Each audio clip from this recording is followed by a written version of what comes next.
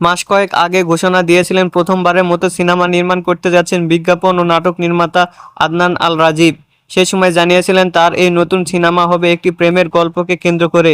সে থেকে ভক্তদের মাঝে আলাদা করে আগ্রহ জাগাতে থাকে। এখন শোনা যাচ্ছে রাজীবের এই নতুন সিনেমায় নায়ক নাকি হতে যাচ্ছেন সিয়াম আহমেদ।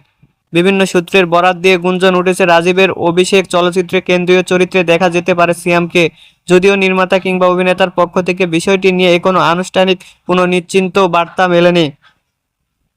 আদনান আল রাজীব জানিয়েছিলেন তার প্রথম চলচ্চিত্র হবে একটি প্রেমের গল্প। সিনেমার নায়ক হিসাবে সিয়ামের যুক্ত হওয়ার গুঞ্জন শোনা গেলেও এর নায়িকা কে হচ্ছেন তা এখনো চূড়ান্ত করা হয়নি বলে ধারণা করা হচ্ছে। তবে সিনেমাটির প্রি প্রোডাকশনে কাজ চলছে বলে বিভিন্ন সংবাদ মাধ্যমে বলা হচ্ছে।